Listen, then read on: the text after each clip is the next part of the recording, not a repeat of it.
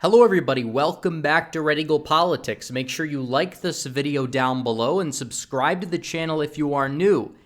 So currently it is February 14th. We are halfway through the month of February. We have primaries coming up pretty shortly. Texas is going to be sometime in March, and definitely a lot more is going to be coming this year, obviously the midterm elections. Now I did take sort of a break for like the past, I guess, week or so where I really only uploaded that one video, the documentary on South Carolina. Great video. We've talked a lot about South Carolina, the failures of the Republican establishment, and we've covered that in Ohio and Texas, and we're going to keep covering that. Obviously, that's going to be a battle or a fight that's going to take a long, long time, but today I'm going to talk about the general midterm elections a little bit more, kind of build off of the governor's prediction that I did, looking at the top 5 Republican flips, and we're going to be analyzing them. And I also have a bonus one thrown in there as well.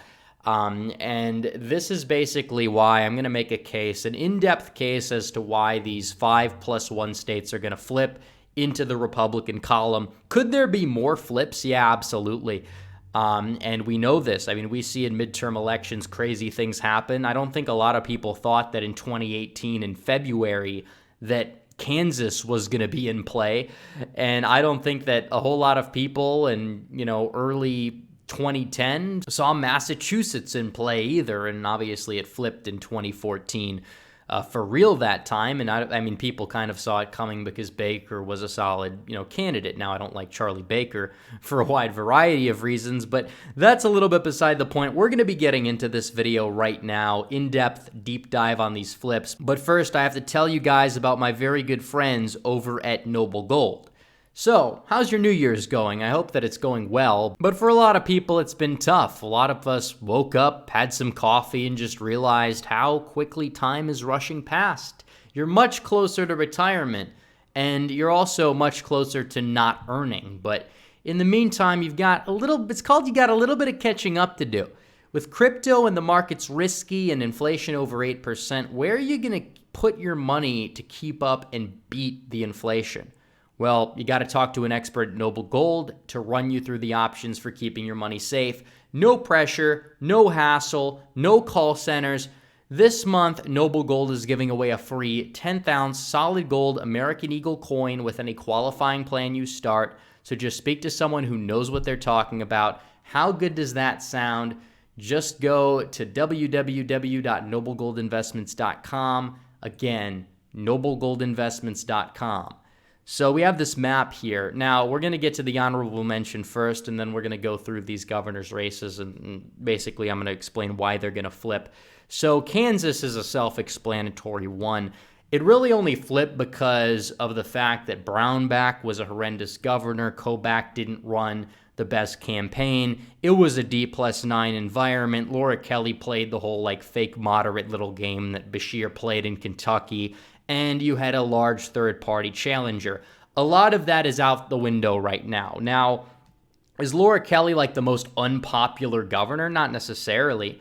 Some polls may even have her around 50, but again, there are a lot of these polls that don't exactly add up when it comes to approval in many cases. I mean, let's face the fact, she got 48% or so. You look at 2018, it was a blue wave environment. She won with 48% of the vote. Independent candidate took a lot away from Kobach, and things have changed. We're more polarized. We're facing a red wave environment. Kobach could win if he was the nominee even, which he's not going to be. Looking at it, Laura Kelly is probably going to be on her way out. 506,000 votes in Kansas right there. How many did Biden get in Kansas? Biden actually got more votes. So you look at the turnout differential. Republicans turning out in high rates. You have Derek Schmidt, solid AG. He'll be that candidate in Kansas, and he will flip it. So we'll put flips in the, lean R column, even though that's not the margin, by the way. We're just categorizing them. So that's really the honorable mention. Kansas, I didn't include it because it's, in my opinion, such an obvious flip. The second one's also pretty obvious, in my opinion. But you look at Wisconsin, the Wisconsin's governor's race, and we talk about the state of Wisconsin, the way that it's moving. Is Evers the most popular? Not necessarily. He's not even acting like trying to be this fake moderate even. You look at the interference that he tried to pull with what he said regarding the Kenosha trial, and just the fact that he's just a virtue signaler. Like, the guy literally flew the pride flag at, like, the 2019, like, Capitol during June. It's like, this guy is literally just, he panders, and he pandered to the center in his original run for governor. That's changed quite a bit. And Scott Walker, who's kind of boring to a lot of people, but he was, just a milquetoast governor in a blue wave year. He did not survive. He went down by 30,000 votes, much of which came from Milwaukee late vote dump.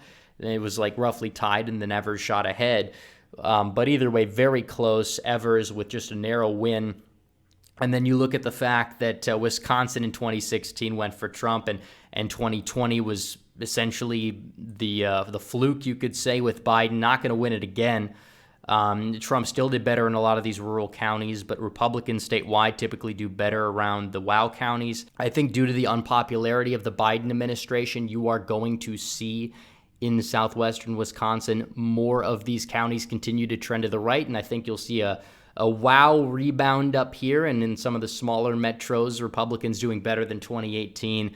Honestly, Evers, I think he's on his way out. Could even be by a likely margin, honestly. And also, you have to understand that a lot of like local weed initiatives were on the ballot in 2018 that drove out a lot of younger people to vote. Without those initiatives, I don't believe Evers would have prevailed. So that also has to be taken into consideration, which also brings us to our next governor's race here. And this similar thing happened. Obviously, without the weed initiatives, Whitmer still would have likely won because she almost won by a safe margin, close to 9.6. And I know some conservatives in Michigan who voted for Whitmer over Schuette because Schuette was a bad candidate. Pretty much all of them regret their vote, as they should, because Whitmer has literally been awful. She's been just your stereotypical tyrant while still being governor of Michigan. And the whole like mask hypocrisy thing, kind of like, it shouldn't necessarily be the number one attack line against her, but it doesn't help her, obviously, especially in some of these suburbs. It could get her to go on defense regarding some of these COVID measures, and just the fact that a lot of the rural areas, I mean, her performance in them was fairly solid for your average Democrat, partially due to low white working class turnout in the rurals that actually got her the win in Macomb County. Like, that fake moderate image of her in some of these places is gone. You're going to have higher turnout in those areas, and we've seen higher turnout in those areas, as in 2021 in some of the governor's races as a case study with New Jersey and Virginia. So I don't think it's going to slow down in that regard, and you'll probably see her lose. She's not going to get 57 in Oakland County again. Like, I know Oakland County's changed. It's not what it was in 2002, but still, she'll get low 50s in Oakland. I believe she'll probably win Oakland, but she'll lose Macomb, and she'll lose quite a few of these other counties. She'll definitely go down in Kent and maybe even like Muskegon County at this point. But as you can see, Whitmer probably going to lose, in my opinion, because of the fact that the national environment, R plus whatever. Michigan is still a state that has a lot of voters there who aren't Republicans, who potentially, I think, could end up being Republicans in some of these rural areas. So I definitely could see Michigan flip. Who's the candidate going to be? I don't know. James Craig is the front runner as we speak, in my opinion, but there's some like anti-COVID businessmen and other activists that are running. So I'm open to another candidate, but we'll just have to really wait and see in regards to who it's going to be. But Michigan, I think, could end up being a flip. I think it will be a flip, actually, as of now, unless something drastically changes. So Michigan, we'll fill in Michigan. Now there's three more. We're going to get to Pennsylvania right now, which, again, you have two candidates. They did a poll, I think that it was Trafalgar that conducted it, and Mastriano and Barletta. Barletta's in the lead. Mastriano's in second. Both can get the base out. Mastriano's a little bit more controversial, but I still happen to believe that he could probably beat Shapiro. Now, Josh Shapiro, I think he's a little overrated. In 2020, he faced like zero competition, some like no-name candidate in the Pennsylvania Attorney General's race. If we could pull this up right here, we can see this, the Attorney General's race right here. He won by like 4.5 points over a no-name who had like zero funding. Now you could say, well, that was partially because Trump was carrying that candidate, but he actually ended up with like a vote percentage that was not much higher than what Biden's vote percentage was in the state. Like literally Pennsylvania, with an environment that goes from like D+4 to like R+5, it's going to be difficult for this guy to win against pretty much anybody that relates to the base halfway, which you need to do to win Pennsylvania. It's a very white working class state, and pretty much the whole state except for the Philly suburbs and maybe Allegheny County, even though parts of Allegheny definitely fit that description. But I think Pennsylvania is definitely one that should be easy for Republicans to flip. It should be on their target list just because of not just Trump's popularity in the state compared to past Republicans, but just because it's going to be a red wave environment. And you saw it flip in 2010, even though it wasn't with the best candidate and he lost in 2014. But I think this time you're going to have an option that's much better than the past Republican governor. It's probably going to flip, in my opinion. So let's move on. We'll go to Male Whitmer of Nevada right now. This is the fourth state on the list. Nevada's last Republican governor was Brian Sandoval. He was a squish. Obama actually considered appointing him to the Supreme Court at one time, believe it or not, because that's kind of how weak he was. Now, keep this in mind. Steve Sisolak, he won with less than 50% of the vote in a blue wave environment in 2018 that was like D+8. So he underperformed nationally. Laxalt, he got fairly close. You talk about Clark County. This is the county you have to look for, Clark. Laxalt got 40% there. I think in the Senate race that Laxalt's going to be in, he could easily crack 45 this time. And I think that Sisolak, based off of what's going on with a lot of these casino workers and what's going on there with the death of the Reed machine, it's going to do a lot worse in Clark County compared to 2018. Now, also keep this in mind. Nevada trended to the right in 2020 at the presidential level and swung to the right 2020 at the presidential level. It is a state where you turn out the base, you win. This is a midterm year. That's exactly what you do. I think Nevada's another flip for the Republicans at this point. I don't know who it's going to be. I don't like Dean Heller. Lombardo, I think he can win. I think there might be a better option somewhere on the ballot. I'd have to fully look into it, but Lombardo definitely over Heller. I can guarantee you that. So the last state on the list, New Mexico. Why is New Mexico here? I mean, they have a Democrat governor. Susana Martinez was their last Republican governor. She was fairly moderate, fairly establishmentarian, and the Democrats flipped the governorship in 2018 by a 14, 15-point margin. Well, Grisham in the polling has gone a little bit underwater. Now, polls are not the be-all and end-all, obviously, even though when they typically are regarded as such by the mainstream media, they typically underestimate Republicans throughout the Rust Belt and in many other places in the country. I think 2020 polls were arguably worse than 2016. But beyond that point, we know that New Mexico is a state that Republicans have done, fairly well in the past. Demography has shifted. It's become, I believe, majority Hispanic or near majority Hispanic at this point. And you look at the presidential level, and Trump kind of lost by an average of 10 points if we take the last two cycles on average. But you look at Hispanic trends, I mean, in some of these places, they're not like you saw in Texas, but definitely you see the trends throughout some of these counties here, like 11, 12 points to the right.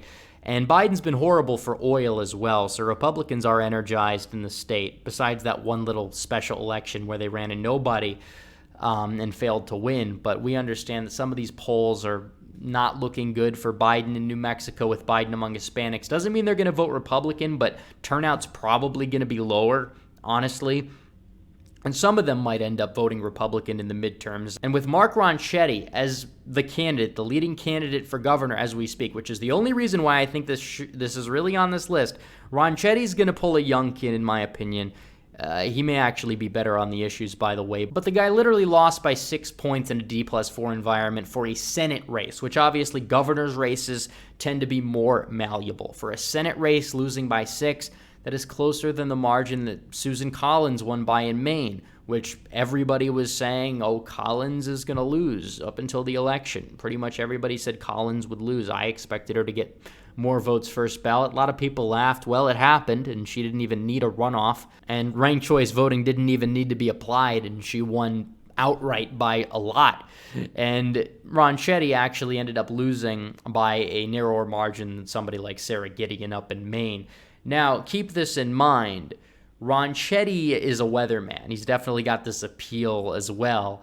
And for the governor's race, like I said, it's a little bit more malleable. You see Republican governors in Vermont and you see Democrat governors in Kentucky. But if you ran those people for Senate, they probably wouldn't even crack 40%, especially Phil Scott. Beshear might get like low 40s depending on the opponent. But like literally, that's the lay of the land in these places. So beyond that point, I think New Mexico is going to flip. I think it's a dark horse flip that not a lot of people are talking about, but it makes too much sense. It just does. It makes too much sense, especially because we usually see, one of these long shots end up flipping, and because the national environment has shifted, like I expect it to move 8 points to the right. Like if this was a Senate race, Ron Chetty would have like a legitimate shot. And the fact that it's a governor's race, I think he has even more of a shot. I believe he's from the Albuquerque area, population center that you need to do at least respectably well in to compete in New Mexico. And the fact that you have the current administration there that's dipping, and then you have Biden's administration that's underwater. I think it's inevitable. So here you go. Top 5 governor flips, +1 in Kansas. So anyways, guys, thanks for watching this video. Please like this video down below, comment down below, subscribe to the channel, hit the bell for notifications so you never miss another video. Follow me on social media. The links are all in the description down below, and join the website for exclusive content as well. So anyways, guys, thanks for watching. Red Eagle out.